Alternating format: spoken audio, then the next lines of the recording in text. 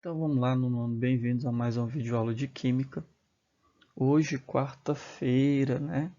Dando aí continuidade, quarta-feira, dia 18, dando aí continuidade aos nossos estudos. Na aula de hoje, nós estaremos aí falando sobre ácidos e bases, ok? Ácidos e bases de arrênios.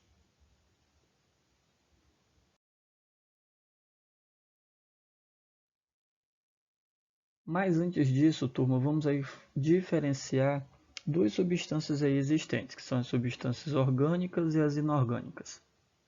Então, acreditava-se antigamente que toda substância inorgânica era de origem mineral, enquanto que as substâncias orgânicas eram aquelas de origem de organismos vivos. E aí, dentre esses organismos vivos, destacam-se os animais e vegetais. Porém, turma, isso não é verdade, né? Hoje em dia nós temos aí definições distintas dessas ideias aí que antigamente acreditava-se. O que seria então para a química uma substância orgânica? Seria aquela que tem na sua composição a presença do elemento químico chamado carbono, enquanto que as demais substâncias, né, que não possuem aí a presença deste elemento químico, será classificado como substâncias inorgânicas. Então, essa ideia de que substância inorgânica era de origem mineral não é verídica. Substância inorgânica é aquela aí que é formada pelos demais elementos químicos, excluindo aí a presença do carbono.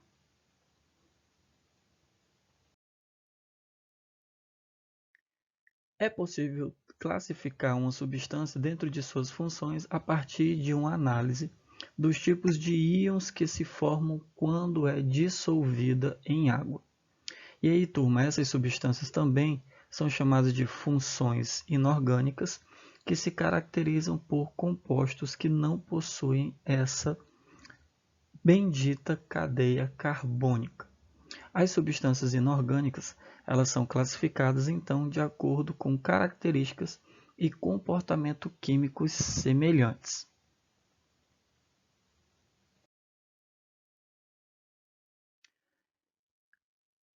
Então, falando aí um pouquinho da teoria da dissociação iônica, né, Arrhenius, em 1884, realizou aí diversos experimentos para explicar a condutividade de algumas soluções. A condutividade elétrica das soluções foi aí analisada, que dependia da existência de íons, que eram aí os responsáveis por transportar essa carga elétrica.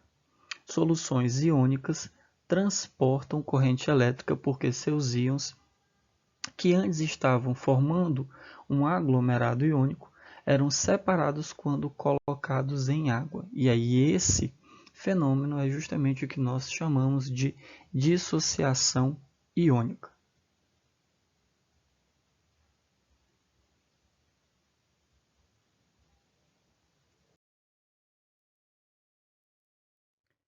E aí, turma, segundo Arrhenius, a classificação das funções inorgânicas seriam em ácidos, bases, sais e óxidos.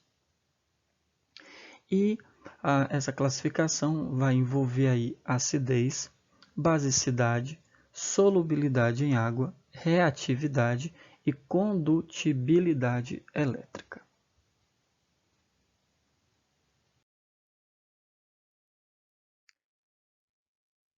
Falando aí um pouquinho dos ácidos, são compostos moleculares que se dissociam em íons em solução aquosa, ou seja, quando entra em contato com a água.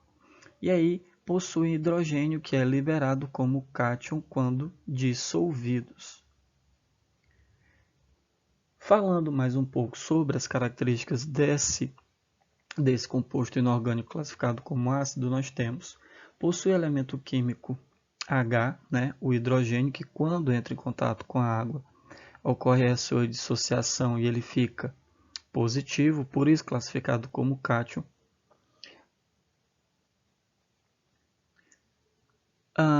Os ácidos possuem uma boa condução da eletricidade quando dissolvido em água.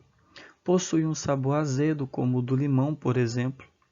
Os elementos que formam ácidos se formam por ligações covalentes. Nós vimos que existem ligações covalentes e ligações iônicas. As ligações covalentes, diferente das ligações iônicas, não ocorre aí essa questão de doação ou recebimento de elétrons. Nas ligações covalentes, ocorre aí um compartilhamento de elétrons. E aí, no caso dos ácidos, que se formam por esse tipo de ligações covalentes, na hora da dissociação, acaba ganhando aí elétrons. No geral, são tóxicos e corrosivos. Então, quando a gente fala no geral, são tóxicos e corrosivos, pode ocorrer exceções.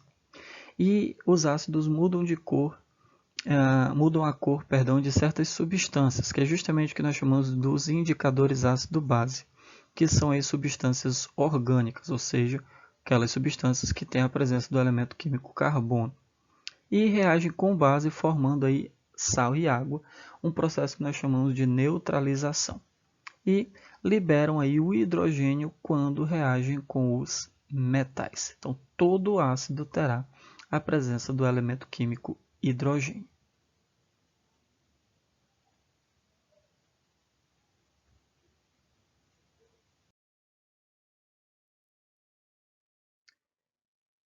E então, turma, como ocorreria esse processo de ionização, que é o que nós chamamos de formação de íons?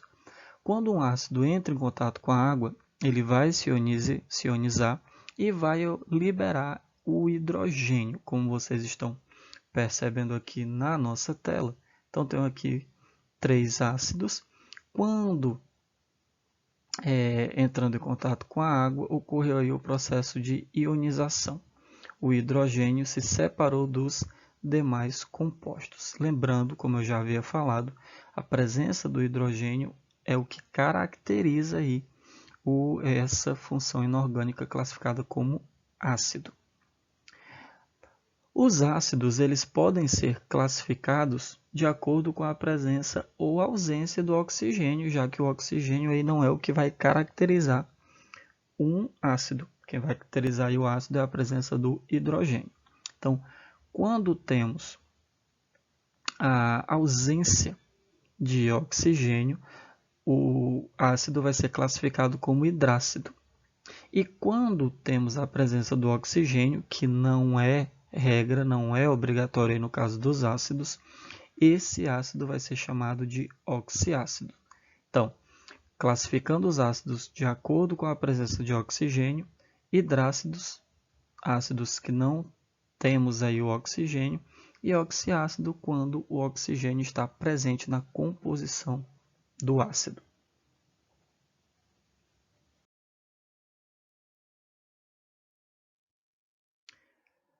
Então, olha só, turma. De acordo aí com o número de hidrogênio ionizáveis, certo? Nós podemos classificar os ácidos como monoácidos, quando só existe a presença de um hidrogênio, diácido, quando ocorre a presença de 2 hidrogênios, triácidos, quando temos aí a presença de 3 hidrogênios, como vocês estão percebendo na nossa fórmula molecular, e tetrácidos, quando nós temos aí 4 hidrogênios na composição do ácido. Em relação à classificação dos ácidos em relação à força ácida, nós temos aí nos hidrácidos, eles são classificados como fortes, moderados e fracos. No caso dos oxiácidos, como temos aí a presença do oxigênio, nós temos que prestar atenção em um detalhe, turma, olha só. Então, temos aqui a fórmula genérica, HAEOB, o H é o hidrogênio, o O é o oxigênio e o E é o elemento químico que vai estar aí participando da composição do ácido. Esse A ele vai indicar o número de hidrogênio, enquanto que o B, turma, vai estar indicando o número de oxigênio. Então, no caso dos oxiácidos, para nós determinarmos aqui essa força ácida, nós vamos ter que fazer uma pequena subtração. B menos A, ou seja, quantidade de oxigênio menos quantidade de hidrogênio. Se o resultado dessa subtração nós tivermos 3 ou 2, ele vai ser classificado como forte.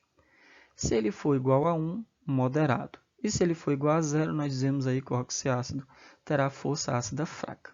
Então, temos aqui o exemplo. Ó.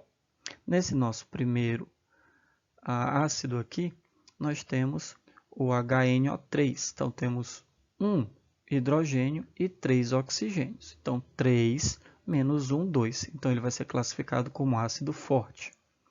No H3PO4, então, temos 4 oxigênios e 3 hidrogênios. 4 menos 3, 1. Então, ele vai ser um ácido considerado moderado. E no H3BO3, 3 oxigênios, 3 hidrogênios, 3 menos 3, 0. Então, ele vai ser classificado como um ácido fraco. Isso nos oxiácidos. Para determinarmos aí a força ácida, vamos sempre subtrair a quantidade de oxigênios pela quantidade de hidrogênios que há na composição química do ácido.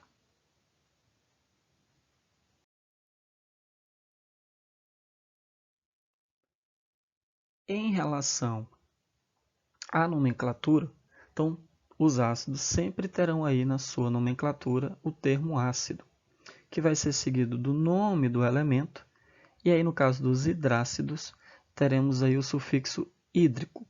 Então, se eu tenho, por exemplo, o HCl, né, esse Cl é o cloro, então aí no caso nós teremos o ácido clorídrico. E no caso aí do H2S, o S aí é o enxofre, então nesse caso nós teremos o ácido sulfídrico. Nos oxiácidos, muda um pouquinho a nomenclatura.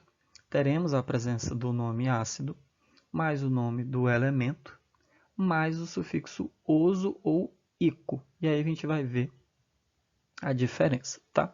Então, ó, no primeiro caso, aí, no primeiro exemplo que vocês estão observando aqui, o H2SO4 é o ácido sulfírico. HNO3 é o ácido nítrico. H3PO4, ácido fosfírico. HClO3, ácido clorídrico. Olha a diferença aqui, ó. No ácido clorídrico e aqui é ácido clórico. E temos agora também o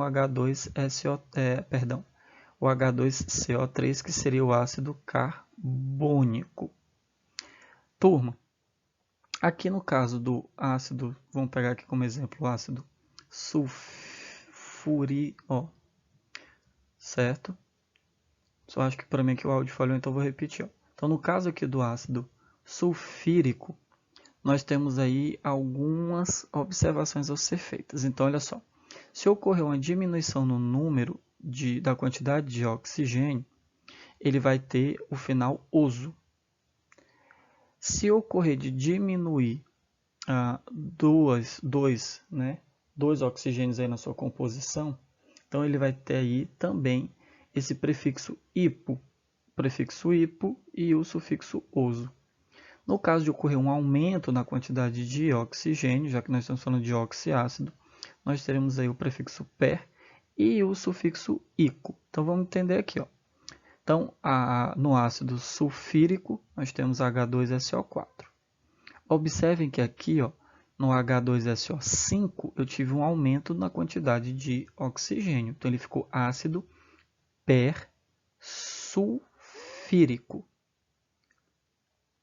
A fórmula aqui, como nós tínhamos visto aqui anteriormente, H2SO4, ácido sulfírico. Observem que aqui no nosso terceiro exemplo, ocorreu uma diminuição na quantidade de oxigênio. Então, ele ficou ácido sulfuroso, certo? E aqui, como novamente eu tive a diminuição de 2 átomos de oxigênio, então ficou ácido hipossulfuroso, certo? Então, de acordo com a quantidade de aumento ou de diminuição do oxigênio nos oxiácidos, nós podemos aí também ter uma alteração na sua nomenclatura.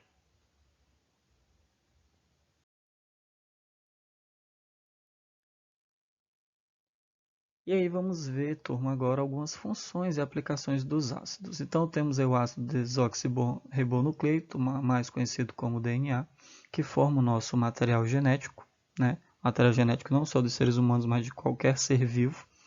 Temos o ácido acetilsalicílico, o famoso AS, que é utilizado como anti-inflamatório, analgésico e inibidor de agregação das plaquetas sanguíneas, evita aí trombose. Temos o ácido nítrico, que é utilizado como matéria-prima na fabricação de explosivos e na fabricação de plástico, utilizado também na produção de fertilizantes e de compostos orgânicos. Um dos ácidos responsáveis aí pela chuva ácida, altamente corrosiva e seus vapores são muito tóxicos. Temos o ácido carbônico, que está presente na água como gás e refrigerante aí gaseificados, aquelas bolinhas que nós vemos. O ácido acético, presente no vinagre, conhecido aí desde a antiguidade, quando era obtido a partir do vinho azedo, usado também na produção de aspirina e usado também para tingir tecidos e preservar madeiras e dissolver gomas.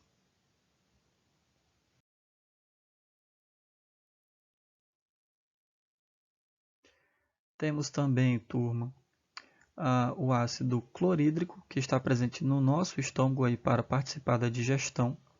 Ácido cítrico, presente nas frutas cítricas, importante na preservação do escorbuto, na prevenção do escorbuto.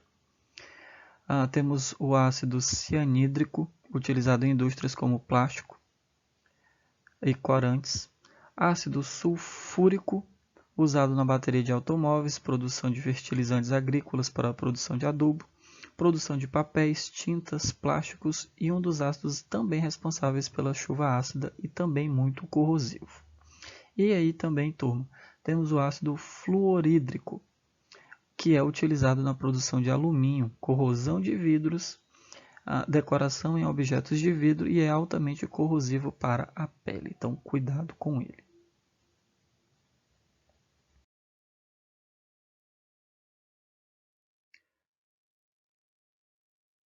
Falando agora sobre as bases, são compostos iônicos que se dissolvem em íons em solução aquosa. Possuem um grupo denominado hidroxila, que é o OH, que é liberado como ânion quando dissolvido em água.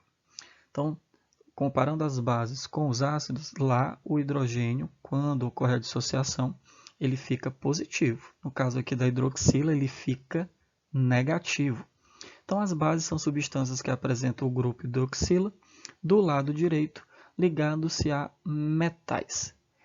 Boa condução de eletricidade quando dissolvido em água, muda a cor de certas substâncias, os chamados indicadores ácido-base, coloração avermelhada com a fenolfitamina, sabor adstringente, que seria mais parecido com o da banana verde, que parece que prende a língua, e reage com os ácidos e produz água e sal, como eu já falei anteriormente, quando falamos sobre os ácidos, em um processo chamado de neutralização, como vocês estão vendo aqui na nossa equação química.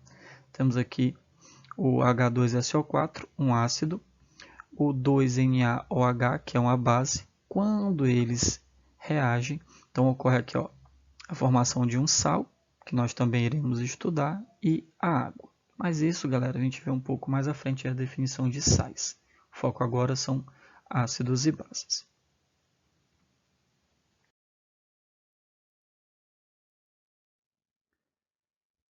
Então, olha só. Como já foi explicado, no processo de dissociação, separação de íons que já existe. Então, quando uma base entra em contato com a água, ela se dissocia, ela se separa e libera aí o OH-. Quando vamos classificar as bases, nós levaremos aí em consideração o número de grupos de hidroxilas que foram dissociados aí durante o processo. Então, nós temos monobase, quando possui apenas um grupo hidroxila, de base, quando nós temos dois grupos hidroxila, tribase, quando nós temos três, e tetrabase, quando nós possuímos aí quatro grupos hidroxilas, como vocês estão aí visualizando na nossa tela.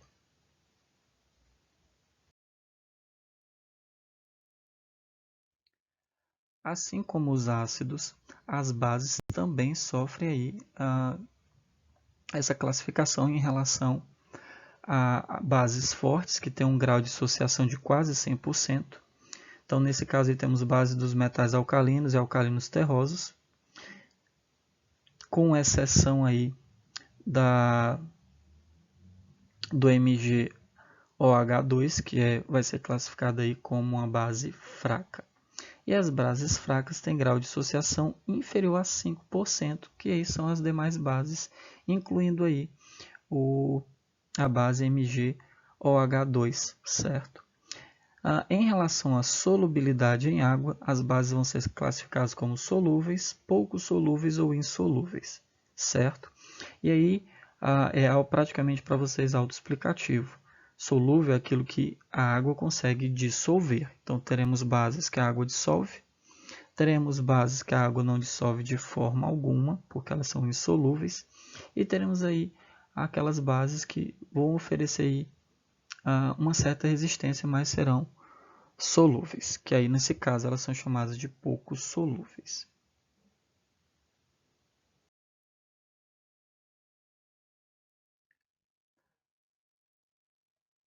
A nomenclatura das bases, né, nós teremos aí que levar em consideração elementos com um NOx, certo? Então, nos ácidos nós vimos que é obrigatória a presença do termo ácido. Nas bases é obrigatória a presença do termo hidróxido. Então, teremos aí na nomenclatura hidróxido de nome do elemento. Então, como vocês estão observando aqui no nosso primeiro exemplo, nós temos o NaOH. Como nós só temos aqui o NOx, então vai ser hidróxido de sódio, já que o Na é sódio. Aqui nós temos o magnésio. Então, nesse caso aqui, nós temos hidróxido de magnésio. E aqui temos o cálcio, então fica hidróxido de cálcio. Quando temos elementos aí com mais de um NOx, que a gente chama de variável, a nomenclatura vai ser similar. Porém, a terminação, nós teremos hidróxido de, nome do elemento, mais o sufixo oso ou ico. Ou ainda nós podemos ter o termo hidróxido de, nome do elemento, mas aí o número de NOx em romanos. Então vamos aqui observar. Temos aqui o ferro, então fica hidróxido ferroso. Nós temos aqui 2 NOx. Então, ou ele fica hidróxido de ferro 2, porque temos o NOx menor. No caso aqui, quando eu tenho 3 NOx, então ficaria hidróxido férrico ou hidróxido de ferro 3, porque aqui no caso ficou a terminação ico, porque nós temos um NOx maior.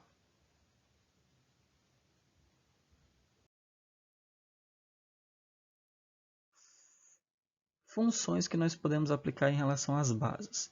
O hidróxido de magnésio está presente no leite de magnésia e é muito utilizado para combater a acidez estomacal. A cal hidratada, que é usado como argamassa na construção civil e pinturas.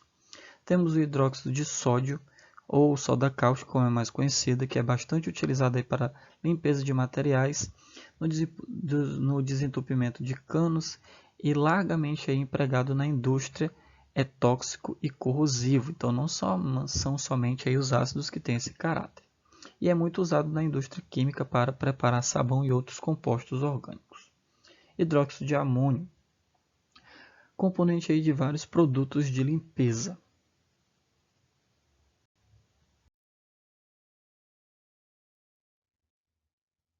E para finalizarmos, turma, temos aí os indicadores, né, que nós falamos no decorrer da aula, ácido-base e o pH. Então, há um grupo de substâncias que assume diferentes colorações em função de meio em que se encontra o seu ácido ou uma base, que nós chamamos de indicadores ácido-base. Há uma escala numérica com esses valores que vai de 0 a 14, que indica aí se o meio é ácido ou básico ou até mesmo neutro. Então, olha só. Potencial hidrogênio. Então, temos aí o fenolftalina. No meio ácido fica incolor, no meio básico fica com cor aí meio rosa e ambiente neutro aí ele fica incolor, assim como nos ácidos. Temos também o tornassol. Em ácido ele fica rosa, em base ele fica azul e aí no meio neutro ele não apresenta cor alguma. Então, como vocês estão percebendo aqui, ó, quanto mais o valor tende a zero, mais ácido a substância é, em relação ao pH. Quanto mais próximo de 14, mais básico será aí a nossa questão. Então, turma, forte abraço a vocês. A atividade vai estar aí disposta aí para vocês na nossa sala virtual e até a nossa próxima videoaula.